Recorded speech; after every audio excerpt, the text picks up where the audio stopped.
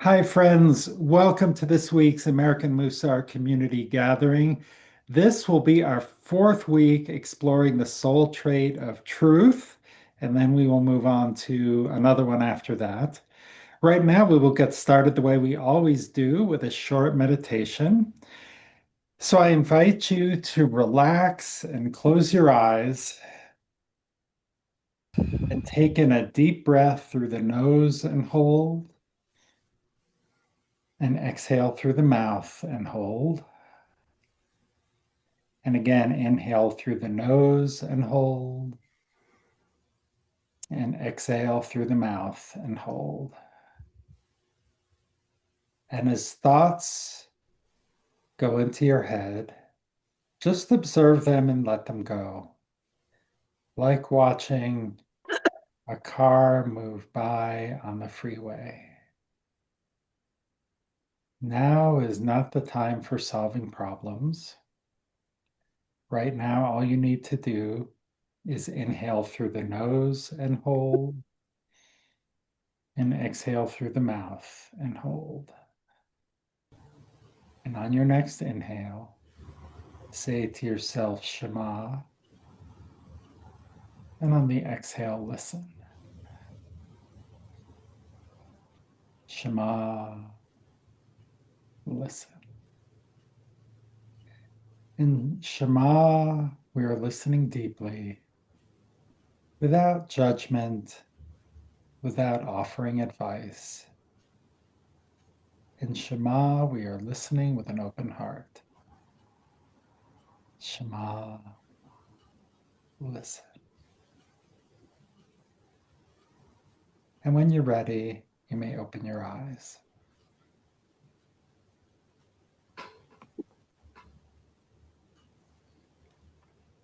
Hi, Barbara and Bonnie and Nico and Deborah. I don't know if I said hello earlier. Hi, Batya. Okay, so we will get started with the same question I've asked over the last few weeks. How did truth show up for you? Um, or if you have not been here and you could also, or even if you have, you could talk about how Mussar has shown up for you in the last week or so. Who would like to begin our check-in?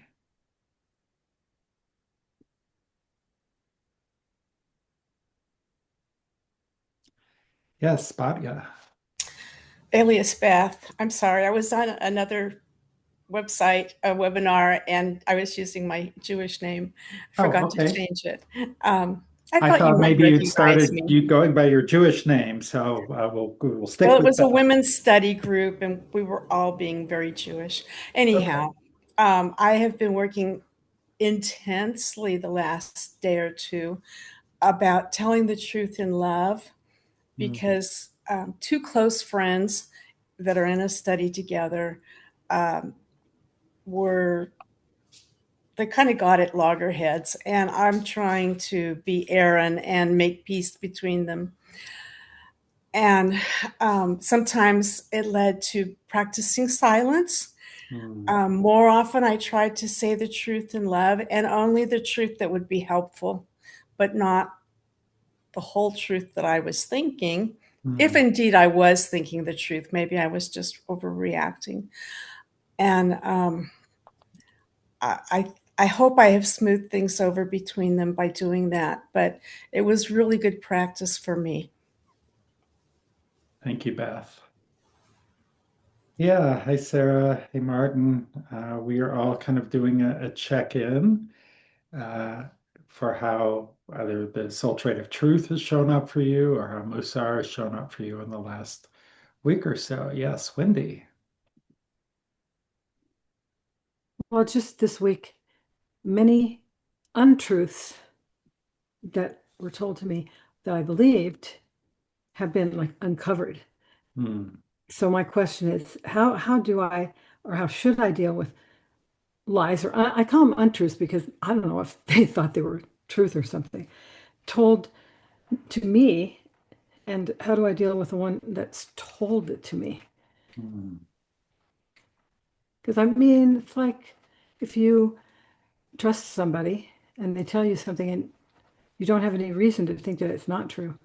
For instance, we just went to Pacific Palisades to see friends, and a family member had told us that their house, that everybody around them, that their houses were all completely destroyed except for just this family and their daughter's family.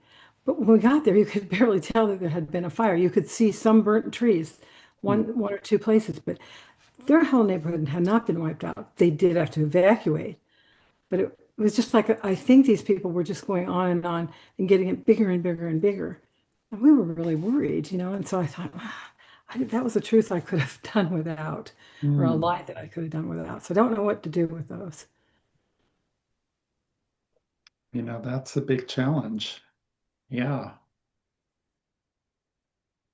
And, without offering advice, I tend to think about, well, what does the relationship mean to me?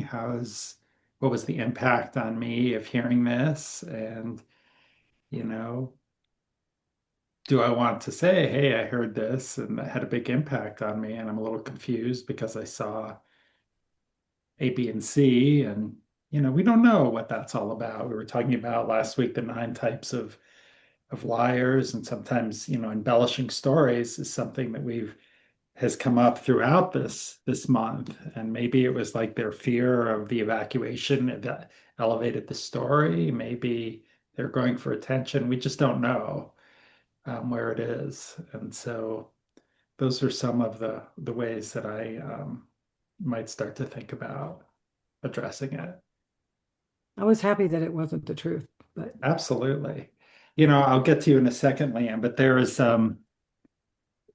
a story actually that reminds me of that I heard. It was one of these Hasidic rabbi stories where there's a rabbi who was, I think, the head of this 19th century and was maybe the head of a Jewish school. And someone came to the rabbi and said, "Oh, I've lost my job, and my wife is sick, and my child is sick, and we really need some money." And so the rabbi opened the safe and got out some money and gave it to them. And someone was waiting outside and overheard this. And after the person left, came in and said, "Rabbi, none of that was true. I happen to know this person does have a job and the family is healthy.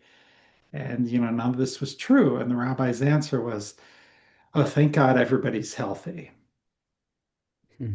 And so, you know, that's I was so stunned when I heard that story, but it is a very interesting way to kind of go through life. Um, Liam, you had a comment or something to share or question.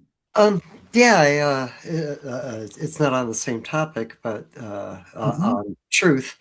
I found myself in an interesting situation this past week because I was untruthful, but at the time I had not intended it and wasn't even aware that I was being untruthful. I managed a social media page. You might be familiar with it. And I was creating an advertisement and was using artificial intelligence to create an image to go along with it. At the time, my thought was, I want something warm and accepting that's going to be illustrative of what's happening. And it gave me a photorealistic image. It looked lovely. It communicated everything that I wanted. And I used that image. And I honestly didn't think anything more about it. The next day, as I was reading in our book and I started thinking about it, I realized by using something photorealistic that I was inadvertently conveying that to some people, at least ran the risk that some people might think this was a photograph from an actual event, that this Mm, was representative of the organization I was representing. mm, And all of these thoughts started flooding in of, man, I really hadn't even thought of, I was really just wanted an image to back up this post on Facebook. And it really, set me down a rabbit hole of guilt on inadvertently not being truthful. And although I've certainly made a plan to not make that mistake again, and I tried to go back and edit it, but for some strange reason, it wouldn't let me change it. mm, But I really felt horrible about the idea that I mm, was inadvertently misrepresenting reality in doing that. And it just brought a whole different layer of truth to me in that, by using artificial intelligence, and instead of, I mean, during this whole process, when I think of truth, I've been thinking about things that I say, and I never thought about the implication of something outside of me being representative of my truth, or lack of it in that case. And it just, I don't know, I found it to be an interesting flip on the whole script of, how easy it is to be untruthful without ever meaning to do so. And it did sort of bring into my head, what do we do in those circumstances? How do we, I mean, for myself, I'm admitting it here, and I've made a plan not to change it in the future, but it Mhm. really did get me thinking about when we find ourselves being untruthful, how do we handle it? What do we do? Especially when it's something so, you know, public. You know what I mean? I mean, it's one thing if it's just to your friend, you can go up to your friend and say, "Hey, I'm sorry, Mhm. I said the wrong thing." But when it's something that's going out to, dozens of people, it was, it'd be nice to think like millions of people saw it, but I really doubt it.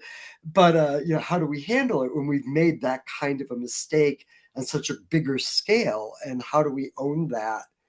Um, it's really just been, for the last 3 or 4 days, it's been in my head a lot of, you Mm. know, this unintended consequences. Yeah, thank you, Liam. I'm listening with an open heart, and there's so much there about disclosure. And like I sometimes use AI, and AI is like a whole world that we're all kind of getting our heads around. And man, as soon as you start doing advertising, and then truth becomes really complicated. Like if you didn't use an AI image, or if you just used a stock photo of some people sitting around a table with Shabbat candles, is that truthful? Is that untruthful?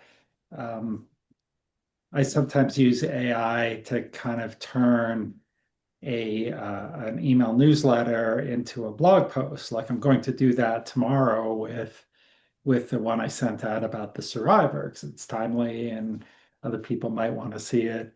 But at the end, if I use AI to kind of help format from email to blog, I will put a little disclosure at the bottom. I used AI to help me format this.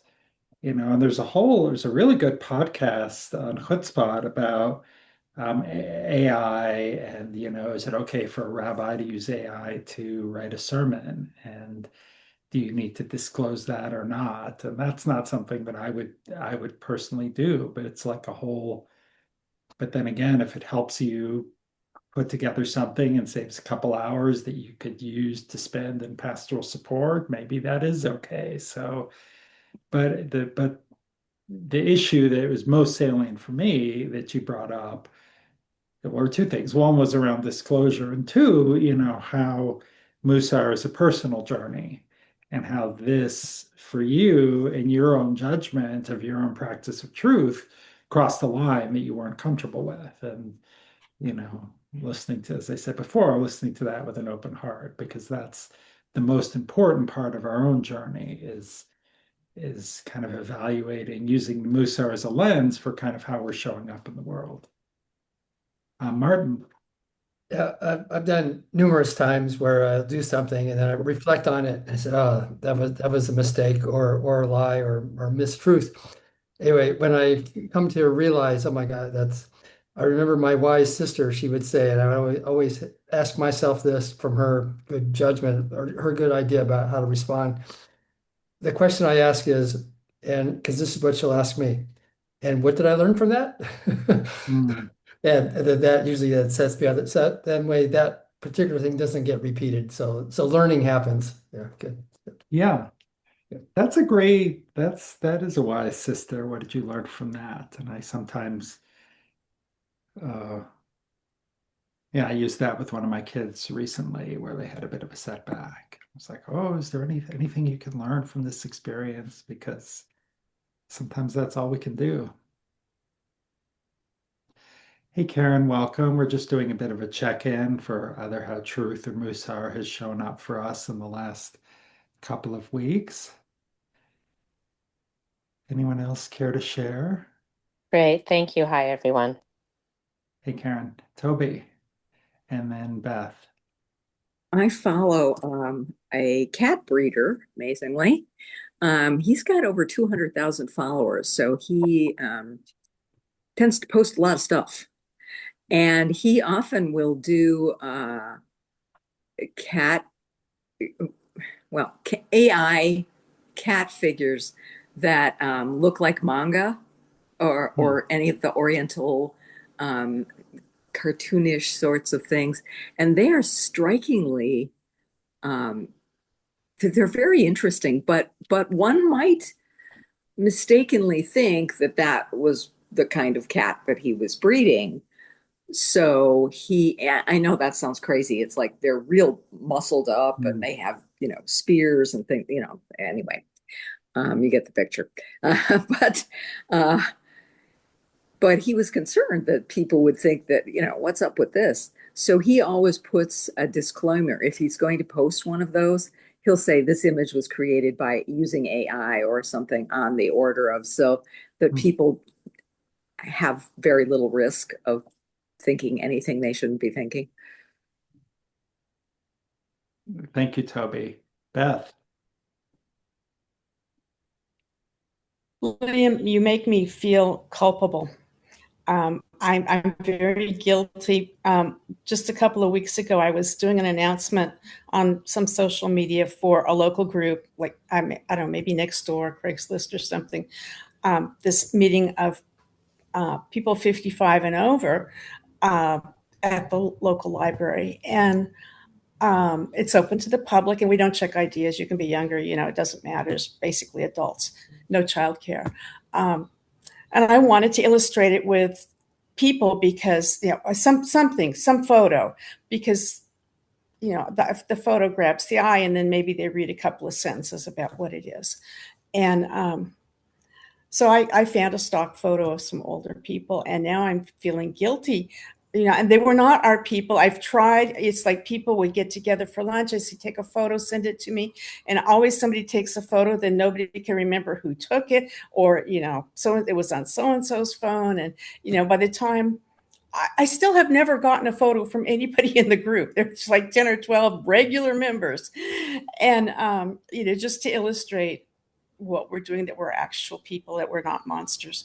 But then, as you were talking, I thought about when I was living out of the country. I did a lot of distance work, and I got some work um, identifying stock film footage for movies. And I was living in Kazakhstan, which nobody knows where it is, and they had all of these scenes of particular places that they wanted identified. And so I did this work. Um, and I realized that, like when I watch the movies, like there's this, this lady has a baby, and so there's this real close up of a really cute, smiling, almost newborn baby, and just like, how long would it take on a set to get that picture? That was a stock photo. That was film footage of a close up. Nobody could tell who was holding the baby. Baby was so cute, and I'm thinking, the movies have been doing that to us for years, saying, okay, this is scene setting. And so here's New York City, here's Manhattan. And we know, okay, so the movie's taking place in Manhattan. Um, I'm conflicted now. But yes, I am guilty, and I will not do that anymore. I'll use cartoons, I'll use cartoon drawings. Thank you, Beth. Wow, we just never know where these conversations are going to go. And there are so many. I mean, I'm so glad that we've had a chance to spend a month on truth because I mean, we probably spent, I'm sure we could spend more time on it, but I think like all, part of Musar practice is saying goodbye to a trade and moving on to another one because there's always more to learn and more to explore. Um, Today we will go. Oh, sorry, Wendy. Okay, sure. I was about to move us on, but I'll yes. just have one more question. Um, because of all of Liam and Beth and what they're saying is what do we do if somebody points to us and calls us a liar? Well, but we're not. But it could look that way. It could easily look that way. Like I don't always remember things, and so if somebody asks me something, I'll say, I don't remember. And then, an hour later I remember and I'll say, and they'll say, you were lying to me. And well, yeah, not purposefully though.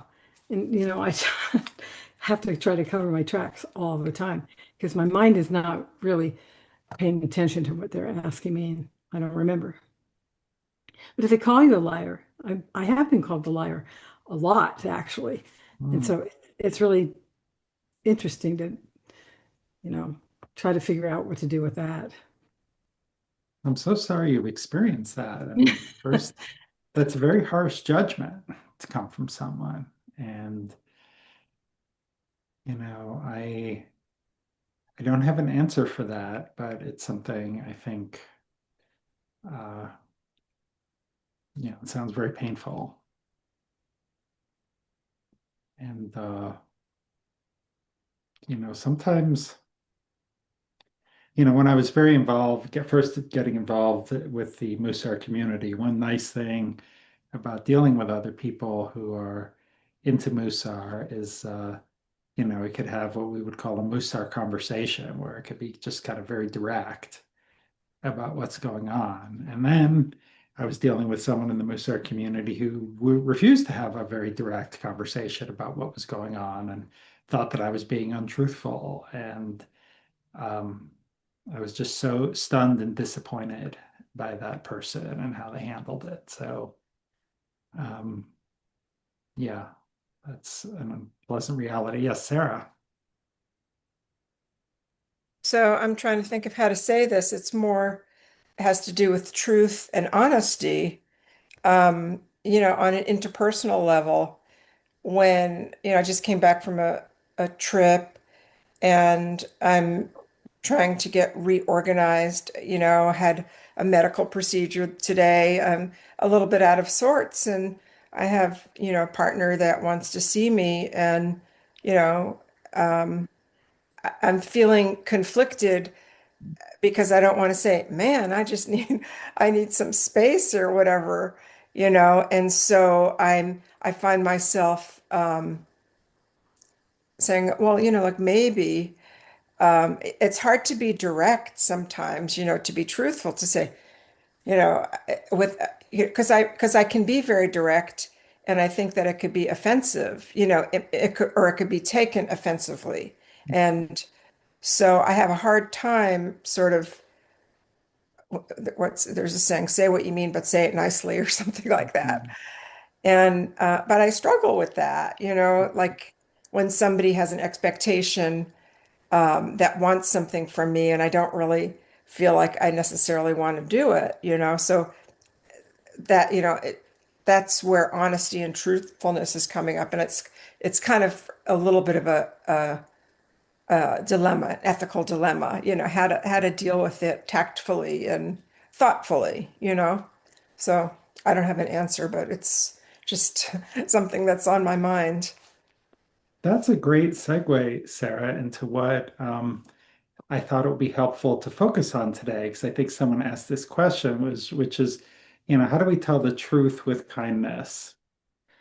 And I was going to start with this slide, but we'll actually start with the spectrum diagram. And I don't know why I want to do this, but I've never ever done this before. But like, we're kind of talking about what's over here. Isn't that cool? I'm sorry, I just had a moment. Um, where it's exactly what Sarah's talking about. And I think as I wrote in the chapter, I was so stunned when I learned that like too much truth. I was the super direct, the bull in the china shop. I'm going to tell it like it is. And if people can't handle it, that's their problem. That's their failing. But it was actually my failing because it was hurtful and it was unnecessary. And so, how do we, and we also, oh, we're going to do it again. someone was, earlier talking about, I was this person who, was untruthful to me and it erodes trust, but okay, we're gonna try not to go crazy with these um these circles. But I will say if on the video we get like a gazillion likes, more than we used to, we're all gonna have to put up with this kind of circling and making anyway. Um, so here's this idea of chesed ve'emet, truth with kindness. And Rabbi Carol Glass talks about truth being inclusive, respectful regard for what we see and what's hidden and what's undetected. We've talked in past weeks about this judgment of truth, about seeing something from another's perspective. And as a reminder, chesed or loving kindness is doing something for another without expecting anything in return. So, given this, what is this idea of kind of chesed ve'emet? What is, in your perspective, a truth with kindness?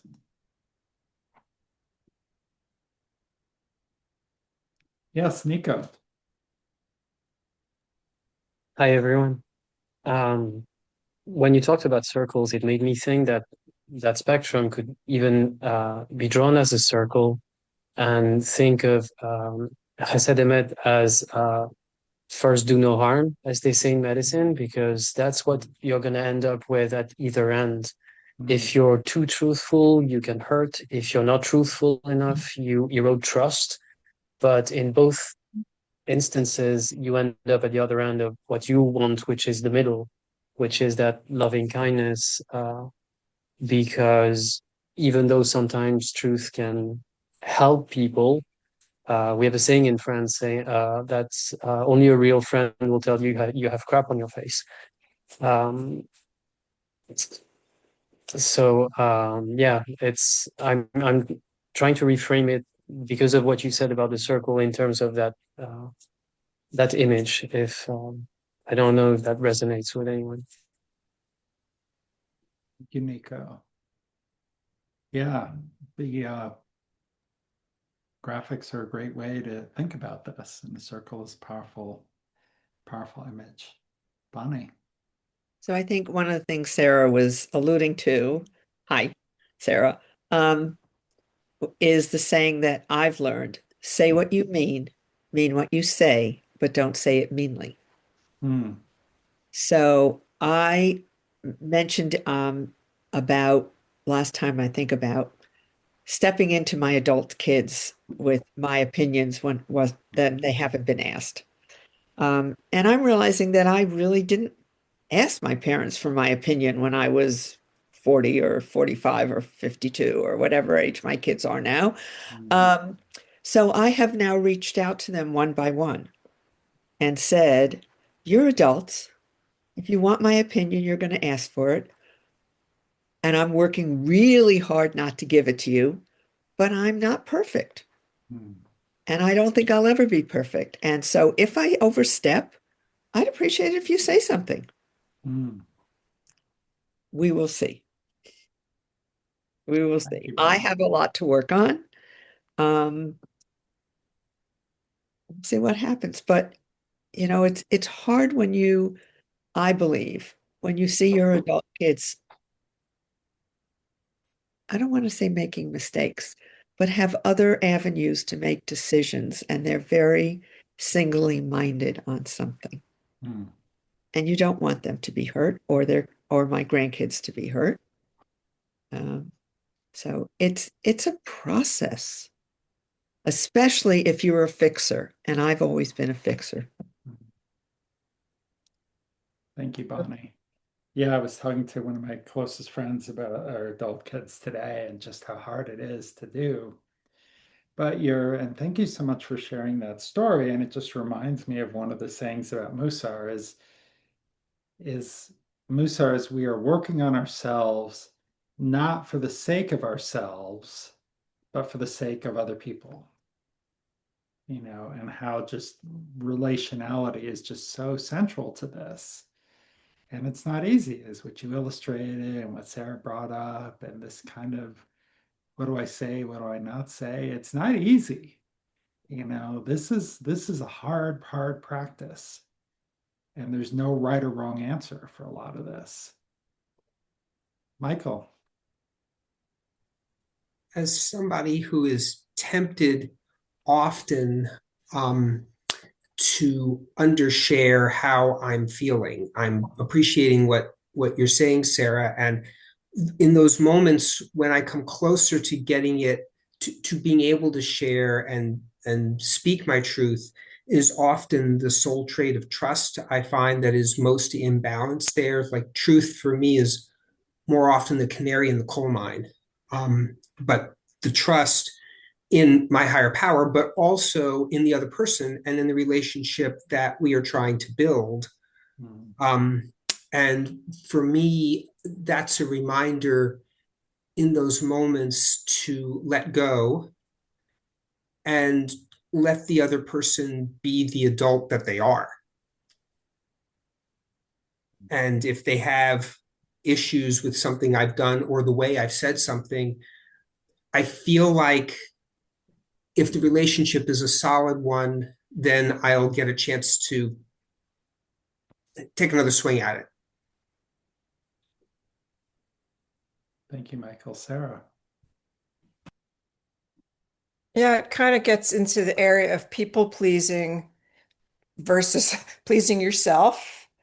And people pleasing, you can, I feel like I'm being dishonest if I do something that I really don't want to do. I mean, maybe in the end I'll want to go and see him, for example. But it's like, you know, I'm feeling pressure from this other person. And it's like, I don't like that. I mean, I'm a very rebellious. And it's like if somebody's kind of pulling at me, I'm like, stop, and I am a people pleaser, and I mean, it's sort of a weird thing because I can be very direct, but I also can be a people pleaser. And it's kind of has to do with boundaries too. And just another quick comment about adult kids. It's like I know my adult kids really do not want my opinion about anything. They probably know what my opinion is anyway without me even saying it. But anyway, thanks. Yeah. Well, bringing up boundaries, Sarah, it's always all of these soul traits are interconnected, and our humility mantra, no more than my space, not less than my place. And setting boundaries is also, a part of this. And, again, being able to do it in a kind way is where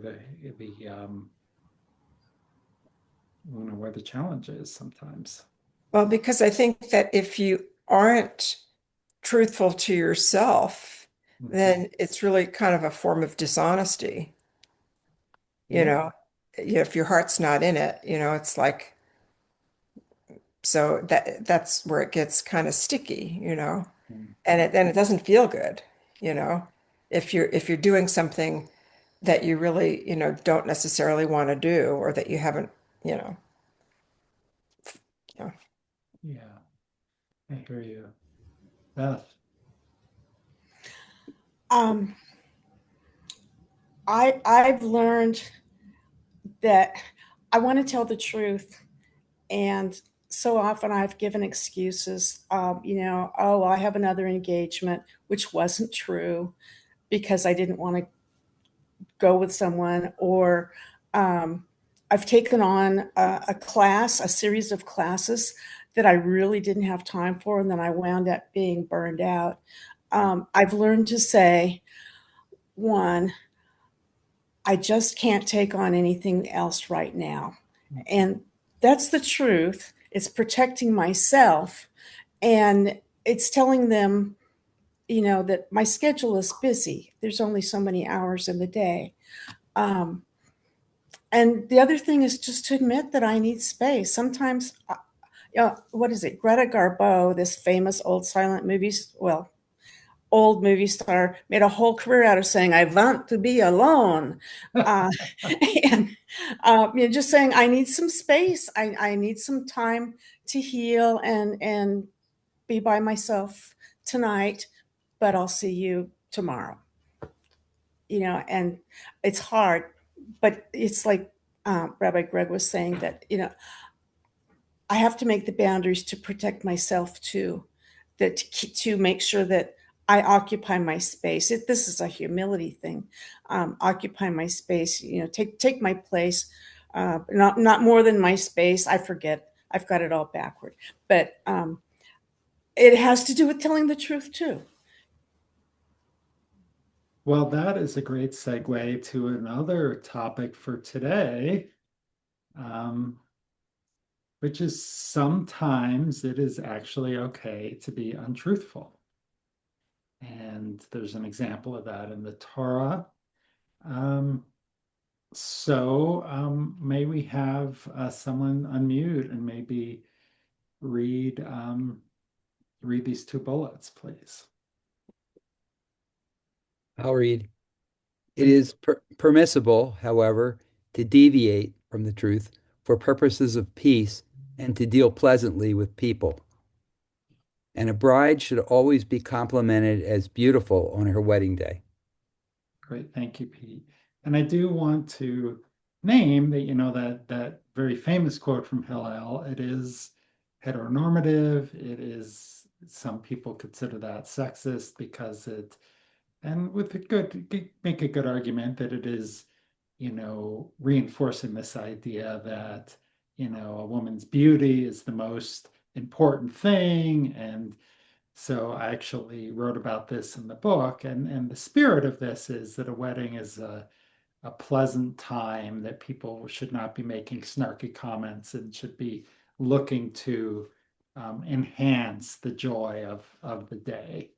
And so I sort of see this beauty as a metaphor for the greater truth that we want to be creating joy on a wedding day and not getting into how people look, or the bride and groom or the groom and groom are dressed in a particular choice.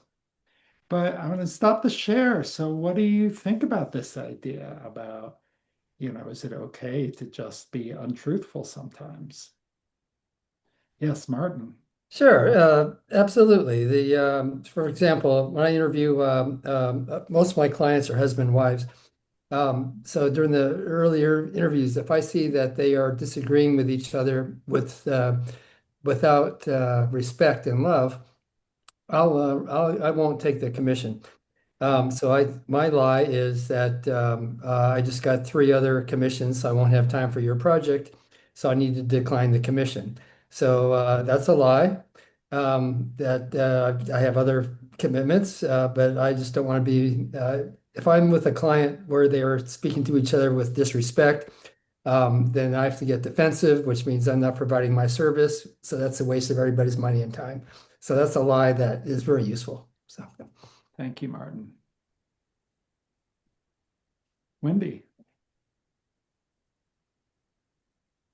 Maybe telling a bride she's beautiful on her wedding day isn't just about the bride. Maybe it's about the groom and the community, because that day is something she's built up in her mind, supposedly, and she wants to just be perfect that day. And then she will look out into the future and look out into the world, look at her husband, community, and all will go well. So maybe it's stepping back kind of out of yourself, going, "Oh, I don't think she's very beautiful." But is that what you're really telling her she's beautiful about? I mean, I don't know. There might be other reasons to say something, or you can say something not at all, I guess. But to me, it's like helps the relationship. Thank you, Wendy. So we have Liam, and then Pete, and then Deborah, and then Toby. I think one of the most common lies I've ever heard is "I'm fine."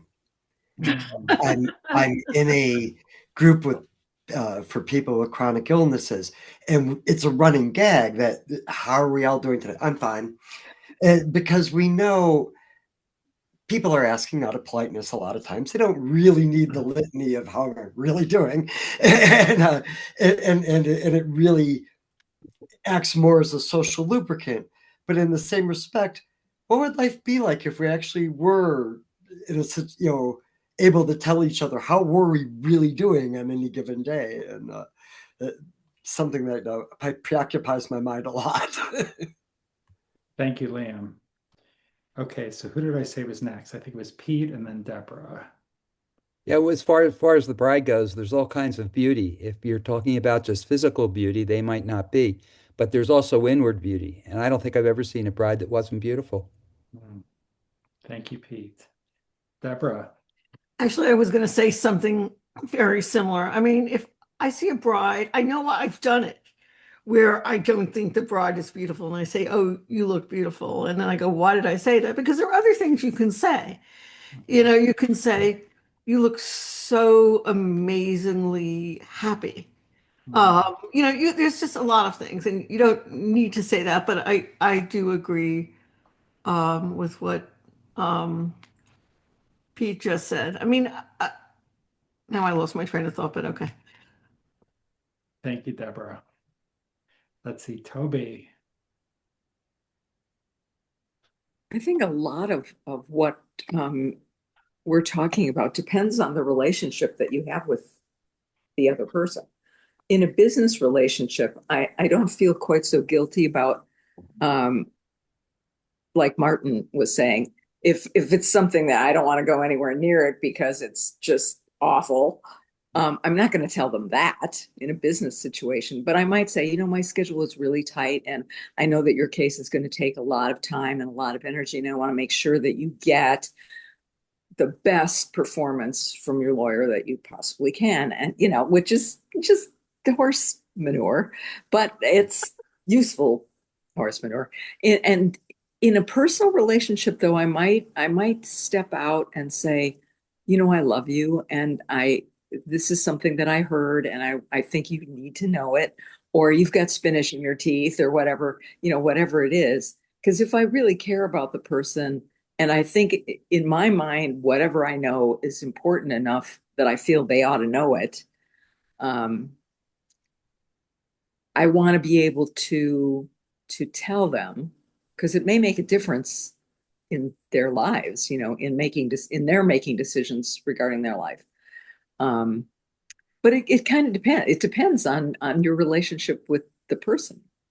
If it's a new person that you just met, you might be less inclined to tell them an unpleasant truth. But it just depends. It depends a lot on the person who's talking and the person who's listening. Thank you, Toby. Martin and then Bonnie and then Deborah. Yeah, the comment about it happens all the time, certainly in American culture. Two people pass that you might recognize the person. How are you? Fine, and then no answer. In Tuscan Italian culture, you come across someone and you recognize them, and they say, "How are you?" You actually culturally you must stop and tell how you are, and that's just pretty rich. So I think sometimes American culture has things to learn from other cultures. That's my comment about how are you? It's just wonderful over there that actually a conversation happens when the question comes, how are you? Thank you, Martin. Bonnie. So I started teaching in the very late 60s, 69, 70, when social services were not even told to us, or child protective services. And I had kids, very low income, Title I schools. I had kids who I knew if I said something negative to the parents, the child would be physically hurt. So I had to come up with some really clever comments like, his handwriting is really good. Or I don't prefer that he swings on his chair, but he has very good balance. As I'm sitting there waiting for that chair to go back and the head to hit the wall. But we had a whole series of things that we as teachers would say to parents because we were concerned about the kids' livelihood. It was only when I moved back up here and became head of school that I even knew about child protective services. I don't know where I was inner city. in the late 60s and 70s, but I'd love to know if somebody else had that kind of experience. But we did lie. We did lie. Hmm. Or we created the only positive things we could say. I can rephrase that. Yeah. Well, I've heard a different story, about mandatory reporters, where sometimes I've heard people say, I'm a mandatory reporter, and if you tell me X, I will need to take action and someone could end up in the system, and you may not want that. Mhm. So it is so complicated. All right, Deborah had her hand up, so we'll go to Deborah and then to Pete. I was just coming, well, yeah, all right. I was just coming back to I'm fine. So my husband has many chronic illnesses, and I can tell when he's not fine. And I will say to him, "How are you? What's going on? How are you?" And he always says, "I'm fine." And it drives me up the wall and down the other side because I know he's trying not to complain. I know he's trying not to burden me, but I can't help him if I don't know. I mean, to the extent that I can, if I don't know what's wrong. Um, and I do understand why he says, I'm fine to random people because he doesn't want to go into a whole spiel of, what is actually going on. But on the other hand, I sometimes feel with that makes a very small, narrow relationship between him and other people. And sometimes I think he could benefit by actually telling the truth. Thank you, Deborah. Yeah, these are sticky issues. And yeah, sometimes there are circumstances where I will tell people the truth.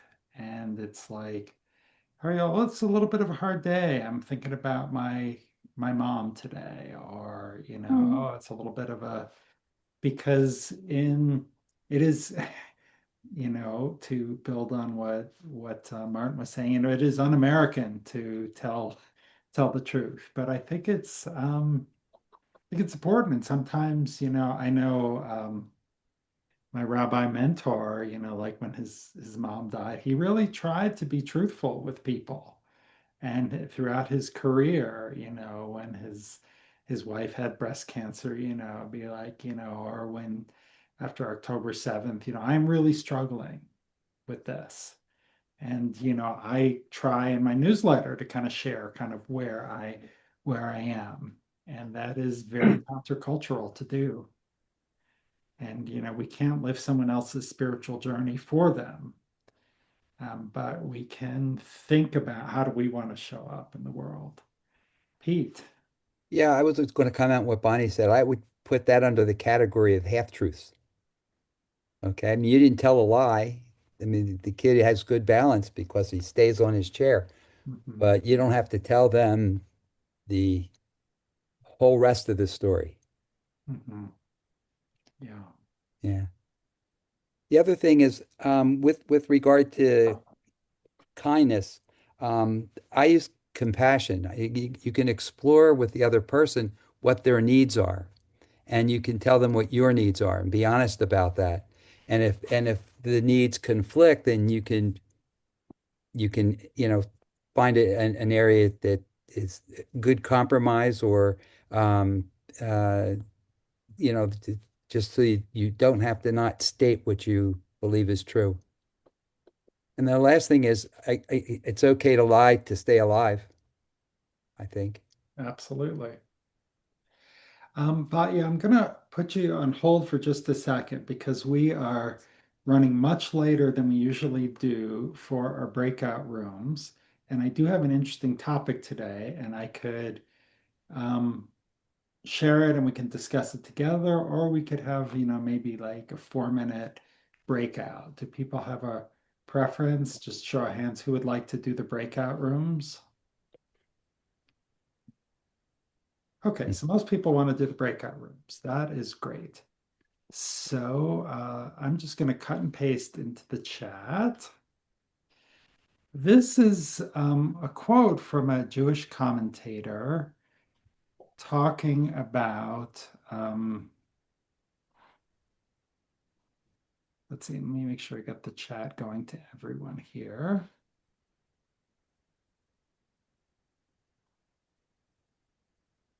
It's talking about something from Genesis, and what he's saying is chesed is an act that is we're not obliged to perform. And truly, emet is how do we keep the promise? How do we be steadfast in this commitment to doing things kindly? So, with the other person is what's a good place to begin? Are you ready to kind of make that commitment to kindness? And, how might you get started with that? So I'm going to open the rooms. We'll have just a couple of minutes. You can talk about that or something else. I have a bad feeling I wasn't clear, but just do the best you can. Especially in a culture of misinformation, Yeah. it's really difficult. Yeah. Well, everyone, welcome back. And I'm afraid we don't really have time for a readout from your breakout rooms, but I hope that you did have at least a couple minutes to share with a partner or partners. So we will close the way we always do with a short meditation. So once again, I invite you to close your eyes, take in a nice leisurely inhale through the nose, and a nice leisurely exhale through the mouth.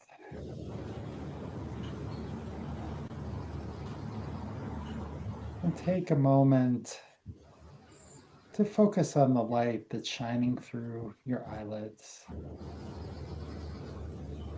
This is the light of your divine spark. It's that amount of goodness that's inside of us that no one can take away. It sometimes gets obscured by our baggage or other people's baggage. It's just a reminder that only the divine sits on the throne of truth. And this metaphor, it means that we don't have access to all of the information.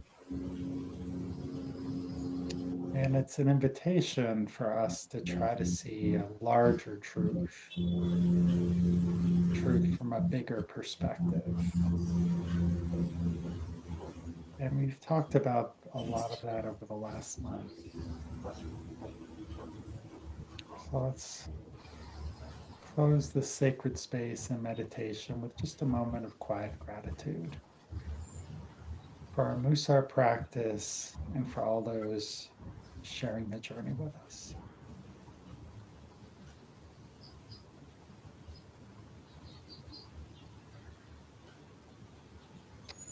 And when you're ready, you may open your eyes.